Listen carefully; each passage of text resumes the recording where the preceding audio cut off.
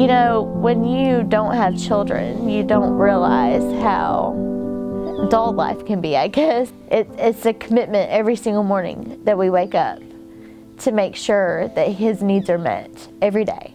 And but he does the same for us too.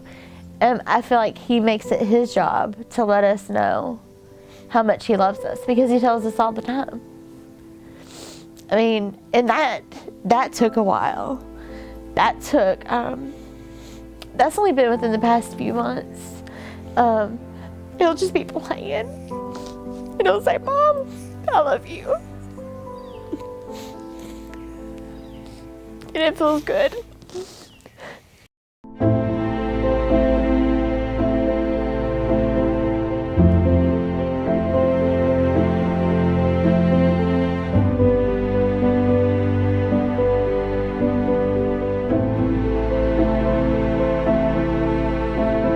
When we decided that we were ready for kids, we, you know, of course thought that everything was going to happen naturally and that we were going to get pregnant and it was going to be great. And originally we did, and at 22 weeks we ended up losing the baby.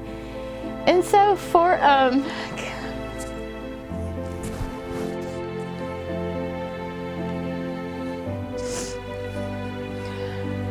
we needed to look into a different option, because we couldn't go through losing another child not knowing if we could carry to term. One morning I was sitting there looking at Facebook, and something popped up about foster care adoption. And I said, well, let me just look and see if there's any more options around here. And I Googled it, and Open Door Adoption came up. I was nervous because it seemed very daunting at the time. Like, there was just a lot of stuff, and I got the application, and they asked a lot of personal things, and it made me nervous because we were about to become an open book.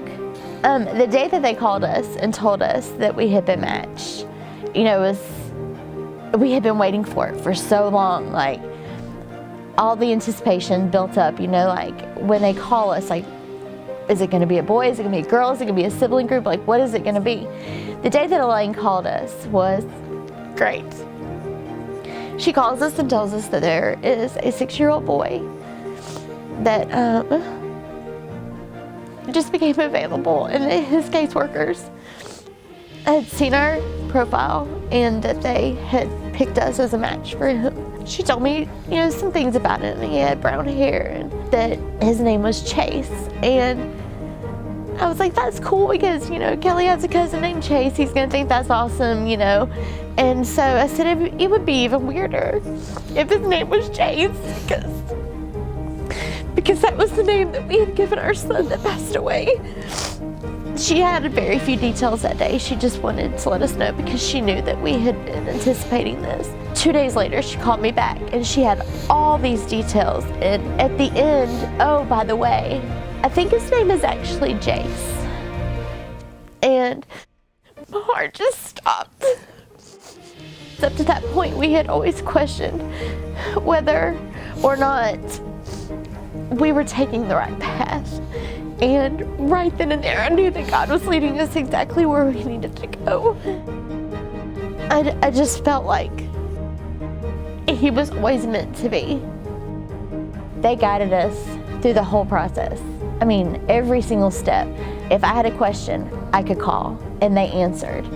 If I emailed, they emailed back. I got so many responses from them all the time that it made me feel like it really wasn't that hard of a process. When I look back now, you know, it really just went so smoothly. I mean, there's times that I look at Jayce and I'm like, I can't believe that we are where we are right now, that we said we were going to adopt a child, and now we have. And so they just made it so easy.